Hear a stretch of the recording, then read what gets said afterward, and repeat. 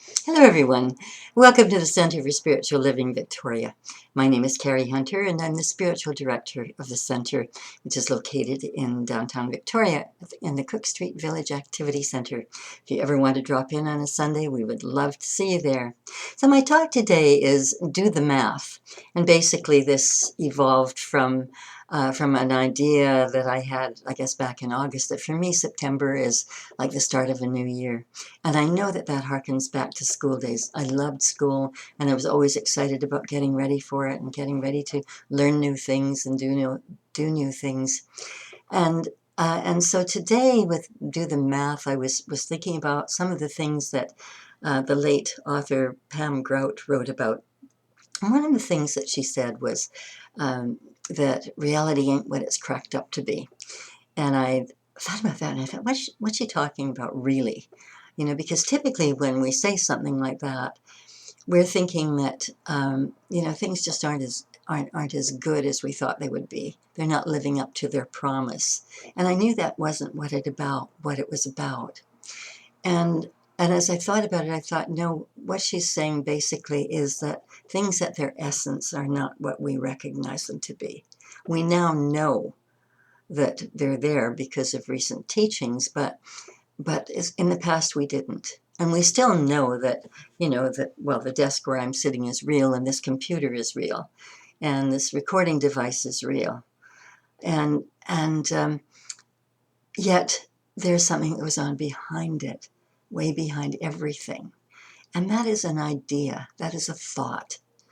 And I was trying to think of something significant or something substantial, I guess, to use as an example for this. And I used our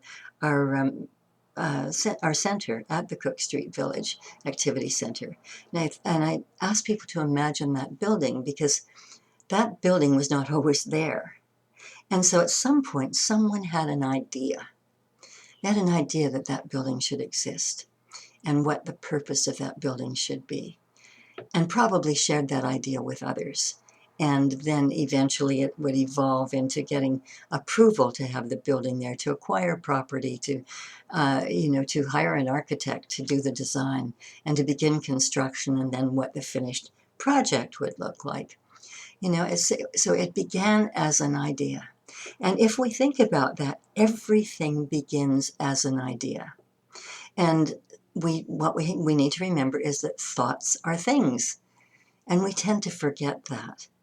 We find ourselves caught up in what we can see, and yet the real power is in the invisible. And what has really changed in the last few decades is science. And I guess the way that we see science, the way that we understand science, because we are emerging from the Newtonian age, and we're into the quantum age. Now, we still need Newtonian physics to operate in this physical world, but it's the quantum world where everything begins, with a thought, with an idea. And we're studying, or science is studying, subatomic particles. This is no secret. This has been going on now for a long time.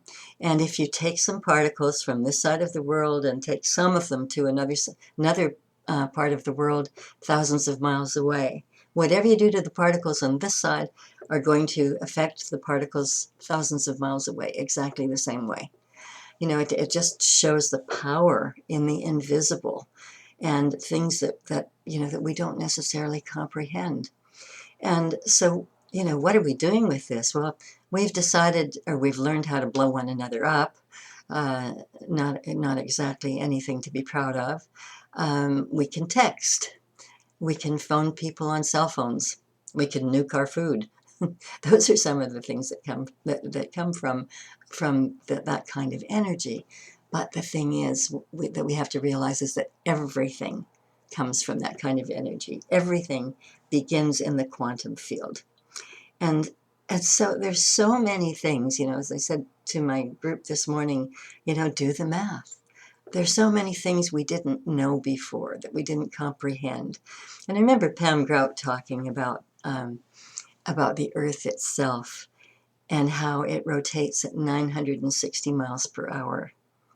But it revolves around the sun at 660,000 plus miles per hour. 666,000 miles per hour. Think about that. That's enormous. And we don't feel it. As I said this morning, we don't feel it unless we've had too much tequila. but the thing is that, it's all part of this grand design. And we need to really accept this. And when we can accept it, when we can understand it, when we're willing to put it to use, then our lives do change. Pam also said that our brains can absorb 400 billion bits of information per second. Per second. That means, of course, that everything we see and hear, taste and touch, all of those things are there, and in our minds. It's just that we selectively choose to see what we want to see. And neuroscientists would say that, they do say that we have these neurons in the brain that create neuro pathways to our cells. And we create our own, I like to call them freeways, highways, things that we're attracted to. And that's why we see things the same way over and over and over again, and why we think those 60,000 thoughts a day over and over again, basically the same ones we had yesterday and 5 years ago and 10 years ago. It's because we've created these pathways or these highways, and I like to call them freeways. And my reason for that is that, when you're on a freeway, you're on the fast track, but you're missing a lot of really good stuff along the way. I was telling my congregation this morning that sometimes when I leave our center on a Sunday, I'll take a back road from Victoria out to Sydney where I live, because there's so much beauty on those back roads. I mean, not just the scenery, but there's, they're pastures with cattle grazing, and there are places where you can stop and buy fresh eggs and fresh produce and fruit, and there are roadside stands that have flowers and fruit and veggies and other things like that for sale on the honor system. You just put your money in a jar and you take what you want. It harkens back to a day when life was simpler and when people were more trusting. And I love that. I love to go back and to see those things. And so I was realizing as I was getting ready to do this talk for today that, most of the time I'm just bypassing all of the beauty and all of the wonder. And I'm kind of stuck in that, okay, I'm going to take the Pat Bay Highway all the way into town. And then I'm going to get up to Cook Street and to the location for our center. And I'm kind of en route as I'm driving and thinking about what I'm going to talk about, or just thinking about the day, thinking about something else. We do that, and so we're regurgitating old things all the time. And what this quantum field is suggesting to us is that we can make it different. We can make our lives so beautiful. We can forget about this freeway, this fast tracking to all of the things that we used to do and used to know. And we can start to create a new life. We can start to create things in a totally different way. We're kind of like right now like little children who are sitting watching The Little Mermaid and want to watch it over and over and over and over and over again. We want to watch our stuff over and over and over again. And even if we don't want to watch it at a deep level, we've conditioned ourselves to do that. And so, what's it all about anyway? Why does any of this matter? Well, I think the reason that it matters is, that it's no problem if we're perfectly content with everything in our lives. We can coast along and, life can be good. We can feel really good about it. Or we can really examine our lives from time to time and say, okay, what can I do that is better than this? What can I do that's going to make a bigger difference in the world?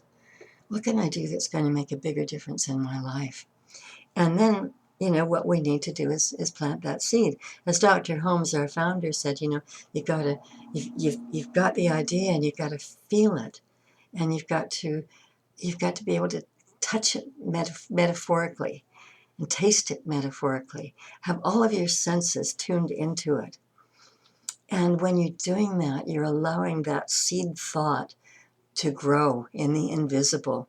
And every single thought that we have that has even a little bit of power behind it begins to grow. The thing is, that can be good or that can be bad, depending upon what we're thinking about.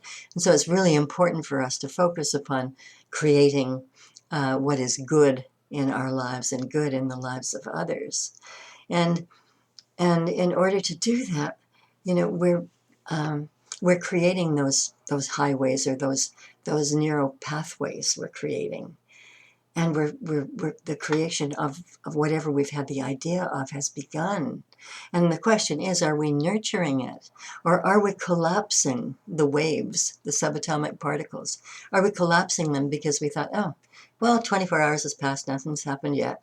Does this stuff really work? Or we forget about it. We just fall back into our old ways, and we stop remembering the power that each of us has within us and how to use it. And so it's really important for us to do that. Remember how important it is to set an intention. I think last week I talked about Pam Grout and how she had a calendar in her bedroom, and she used to write something in it every night before she went to bed. And one night the calendar fell from the wall because the nail came out. And she was on her hands and knees for a long time, patting the carpet, looking behind things, looking for that nail, couldn't find it. And in exasperation, she finally said, I'm going to bed, and in 24 hours, that nail is going to reappear. And she spoke her word powerfully. She was so exasperated. And the next morning when she woke up, that nail was between her forefinger and her thumb. Sounds so difficult to believe unless we really, really are invested in this teaching. We really understand it. We really use it. We can manifest things so quickly, so easily, when we've got that passion behind us and when we fully engage with that power. It's so important for us to do that. The intention is the force that fuels absolutely everything. And it sends waves of energy out into the field, out into the invisible field, the creative field. And that's where creation begins. And the thing is, with work in the quantum field, it isn't step by step. We don't say, okay, now here's my idea. Now, what I want you to do next is this. And then after this, I want you to do this. And then I want you to do this. It doesn't work like that. It's immediate. It knows exactly what to do. It knows exactly how to take that idea and make it happen. We just have to get ourselves out of the way, and it's very hard for us to do that most of the time. And I'm pointing at myself here too. Wouldn't it be wonderful? Wouldn't it be wonderful if we practiced this consciously all the time? I remind myself of this. And if things in my life aren't working exactly the way I want, I say, why is it that this isn't happening? What is it that is mine to do? And sometimes it takes meditation. Sometimes I'm off track because what it is I'm talking about doing, what it is that I want to manifest in my life, isn't necessarily what I really, really want. It can be a fleeting idea, or it can be something that comes and goes from time to time. The question has to be, how much do I want this? Try to think what it was that Esther Hicks used to call it. Was it something like a rocket of desire? It was something like that. And I loved the way that she talked about that. I mean, you just imagine this powerful rocket ship, and it's taking that idea, and it is creating form, and it is bringing to us whatever it is that our hearts desire. And we have to be careful about what our hearts desire. We have to be careful about what we think. But the thing is, all of this is possible if we simply let go and let God. Let go and believe. And you know, it's kind of like everything that we've ever wanted in our lives. Think about it. Think that FedEx trucks pull up and deliver absolutely everything that we've ever wanted, but we're not home. And so we don't know that everything is there, that everything is available, everything we've ever wanted. You know, we've got this FedEx delivery system in the invisible, and we simply need to call it out, plant the seed. And we have to understand that this is not too hard. You know, we might say, oh, it's too hard. We might think it's too hard because it's going to take some time that we might rather spend watching television or, you know, playing a game on our phones or whatever. You know, the thing is setting aside time, embracing the idea that we can use this valuable time in so many more interesting ways, in so many ways that can really benefit our own lives and that of the world. And we have to stop negativity. You know, it's so easy to look at something and to have a negative thought if we don't like it, or if it's something we don't hear, especially if it's something that feels personal. And you know, it's if it does, then it's our stuff. And what we need to do is just release and let go. I know that sounds, you know, like I'm saying, well, it's not so easy, but in fact, it can be that easy when we just let God do it. When we just say, I turn it over to you. I don't need to know how. I just need to know what. And you can do it. And you do it. And then we don't collapse the waves by saying it hasn't happened yet. We continue to focus upon what's good and true and beautiful. And that means that we have to suspend judgment. You know, we have to, suspend it long enough that we actually are believing it. You know, all of these things, all of this science that I was talking about at the beginning, we need to suspend judgment that that is not real because it is proven now that it's real. So we have to catch up with the times. We have to catch up with the teaching and not just say, oh, well, that sounds kind of good, but I don't know if it's for me or not. You know, so maybe it's even something cultish. How scary is that? You know, it is science. And the science is real. And it is so worth exploring. So what we need to do is devote our minds, our thoughts, to what we really want in our lives, to the way that we want our world to look. You know, dedicate our minds to thoughts of peace and love and spirit. Lobster, if you want lobster. I mean, I was just kind of thinking a wonderful fresh lobster would taste really good. You know, bless their little hearts. But whatever it happens to be, you know, focus upon that being a reality and what it feels like and what it would be like to touch it, what it would feel like to taste it, whatever it happens to be. And we must not think that it is impossible.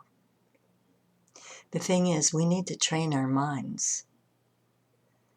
We need to train our minds. You know, you don't sit down to a piano the very first time and play a concerto. It takes practice. And so our practice is about that training our minds to focus upon beautiful new things that we would like to exist in our lives and on this planet. So that if ever someday someone asks you, is your mind trained? You say, yes, it is. I've done the math and my mind is trained.